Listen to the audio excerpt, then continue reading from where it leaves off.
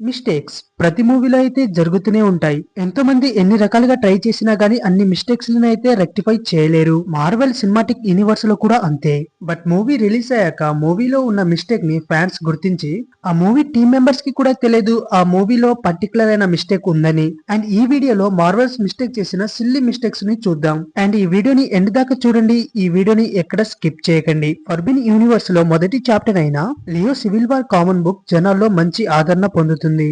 Especially art work and story line అయితే చాలా బాగున్నాయి. 2012 అవెంజర్స్ మూవీలో ఎవ్రీ అవెంజర్ కూడా చితోరి ఆర్మీతో ఫైట్ చేసి తీవ్ర గాయాలైతే అవుతారు. Including captain, iron man, Hulk తో సహా ప్రతి ఒక్కరికి దెబ్బలు బాగా తగిలాయి. అండ్ మూవీ ఎండింగ్ లో అవెంజర్స్ అంతా లోకిని అరెస్ట్ చేయడానికి వస్తే కెప్టెన్ లుక్స్ ని చూస్తే మాత్రం కెప్టెన్ మాత్రం ఫ్రెష్ గా కనిపిస్తాడు. ఎందుకంటే అతని సూట్ మీద ఎలాంటి డ్యామేజెస్ ఉండదు. అతని హెయిర్ స్టైల్ అయితే చెక్కు చెదరదు. కరెక్ట్ గా అతని ముందు సీన్ లోనే కెప్టెన్ డ్రెస్ అయితే చాలా డ్యామేజ్ అయ్యి అతని ముఖం మీద మసి అయితే ఉండేది. పోనీ 2 సీన్ల అయితే గ్యాప్ ఉందా అంటే కాదు, అది వెంటనే జరిగే సీన్స్ అవి. 2016 లో డాక్టర్ స్ట్రేంజ్ మూవీలో ఎంసీయూ వాళ్ళు ఇప్పటిదాకా చేయని ఒక పెద్ద తప్పునైతే చేశారు. ఈ సీన్ లో డాక్టర్ స్ట్రేంజ్ పురాతన వస్తువు మాయా ఎలిమెంట్ ఉన్న ప్లేస్ కి అయితే వస్తాడు.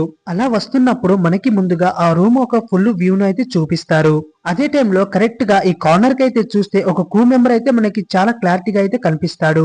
యాక్చువల్ గా మూవీ కోసం వర్క్ చేసే పర్సన్స్ మూవీలోకి రావడం చాలా పెద్ద మిస్టేక్. షూటింగ్ చేసేటప్పుడు వాళ్ళ కెమెరాని కానీ అంతెందుకు వాళ్ళ నీడని కూడా సీన్ లోకి రాకుండా అయితే చాలా జాగ్రత్త తీసుకుంటారు. అలాంటిది ఏకంగా పర్సనే వచ్చేసాడంటే చాలా పెద్ద తప్పు ఇది. మనం ఇప్పటి వరకు మార్వెల్ వాళ్ళ మూవీస్ లో చిన్న చిన్న మిస్టేక్ ని అయితే చూసాం. బట్ మార్వెల్ ఒకే మిస్టేక్ ని చాలా మూవీస్ లో అయితే రిపీట్ చేసింది.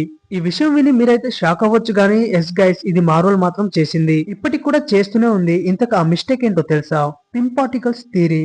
యాంట్ మ్యాన్ 1 మూవీలో ఐరన్ మ్యాన్ సూట్ గురించి అండ్ పిన్ పార్టికల్స్ గురించి ఎక్స్ప్లెయిన్ చేసినప్పుడు పిన్ పార్టికల్స్ అనేది ఒక పర్సన్ ని చిన్నగా గానీ పెద్దగా గానీ వారి మధ్య ఆటమ్స్ ని పెంచి అండ్ స్పేస్ ని కుదిరించి సైజులో మార్పులు తీసుకొస్తాయని చెప్పాడు. అండ్ స్క్వాడ్ చిన్నగా మారినా సరే తన బలం మరియు సామర్థ్యం అలాగే తన శరీర తత్వం మారదు. బట్ దీన్ని బట్టి చూసుకుంటే స్క్వాడ్ చిన్నగా మారినా ఆర్ పెద్దగా మారినా అతని శరీర బరువు అయితే ఏమాత్రం తగ్గదు.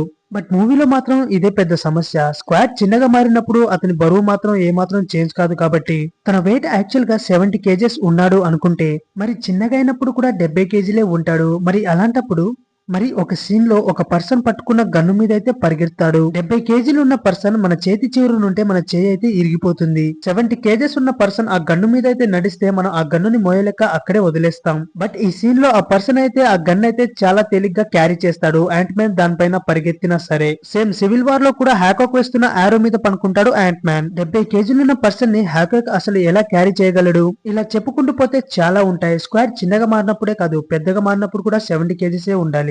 బట్ స్క్వాడ్ తన హైట్ కి తగ్గట్టు బరువు పెరుగుతూ తగ్గుతూ ఉంటాడు. ఇదొకటే కాదు, హ్యాట్ కొన్ని టన్స్ ఉన్న ట్యాంక్ ని పింక్ పాకెట్ తో సన్నగా చేసి చాలా తేలిగ్గా అయితే క్యారీ చేస్తాడు. వీటినే కాదు, బిల్డింగ్స్ ని కార్స్ ని కూడా చాలా తేలిగ్గా క్యారీ చేస్తాడు. హ్యాట్ బీమ్ చెప్పిన థియరీ ప్రకారం చూసుకుంటే వాటి వెయిట్ సేమ్ గా ఉంటే హ్యాట్ బీమ్ దాన్ని ఎలా మాత్రం క్యారీ చేస్తాడు? ఇదే యాంట్ మ్యాన్ మూవీలోను పిన్ పార్టికల్ థియరీలోను అతి పెద్ద హోల్. ఈ సీన్ లో Tony Stark and Pepper Potts ఇద్దరు మాట్లాడుకుంటూ వస్తూ ఉంటారు. ఆ టైంలో టోనీ స్టార్ భుజాల పైన ఈ జాకెట్ ని అయితే మీరు గమనించవచ్చు గైస్. ఈ జాకెట్ ని మాత్రం టోర్ ద సీన్ మొత్తం రిమూవ్ చేయడు టోనీ స్టార్. కొద్దిసేపు అయ్యాక సీన్ కొద్దిగా మూవ్ అయ్యాక ఆ జాకెట్ మాత్రం టోనీ స్టార్ దగ్గర నుంచి రిమూవ్ అయిపోతుంది.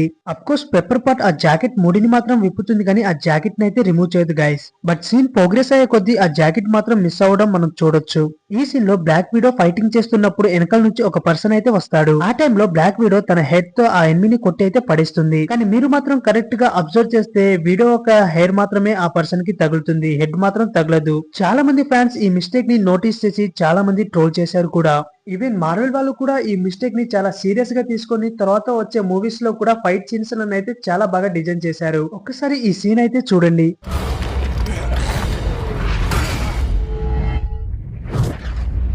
సీన్ లో అయితే ఒక మిస్టేక్ ఉంది, అది మాత్రం నేను చెప్పను. ఆ మిస్టేక్ ని మీరు చూస్తుంటే కామెంట్ అయితే చేయండి.